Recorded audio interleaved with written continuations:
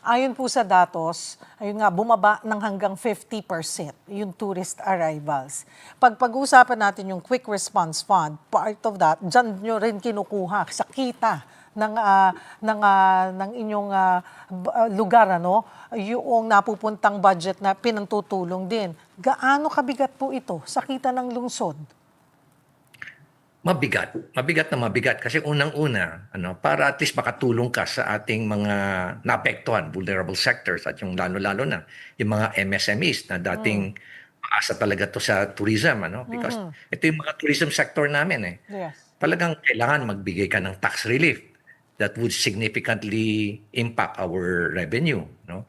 Tapos magkakaroon ka uli ng microfinancing din para makatulong sila at makarecover sila. Pero ang problema hanggang ngayon, hindi mo pa alam kung kailan mo uumpisan. Dahil nga bagsak na bagsak yung aming ekonomiya. At kung titingnan mo yung sitwasyon natin ngayon, baka mas matindi pa yung sitwasyon natin ngayon, Kesa Cheryl, nung kaysa nung COVID. COVID-19 eh. Aha. Kasi nung COVID-19, kung titingnan mo, prior to the COVID-19 pandemic, that was 2020, noong 2019, napakaganda ng ating ekonomiya eh. Ang ating GDP was 6%.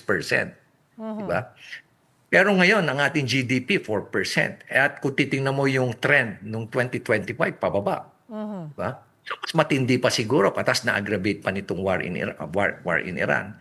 Kaya, ang ginawa ng siyudad ng Baguio, gumawa kami ng aming economic continuity plan. So, ginawa muna namin yung aming working draft. Tapos last week, pina-workshop natin to. Inimbita natin yung mga members ng private sector. Around mga 180 yung nag-participate dito. Tapos itong Tuesday, ipafinalize na namin yung aming ECP at papa-approve na namin sa City Council para yun na magiging strategic plan namin for our recovery.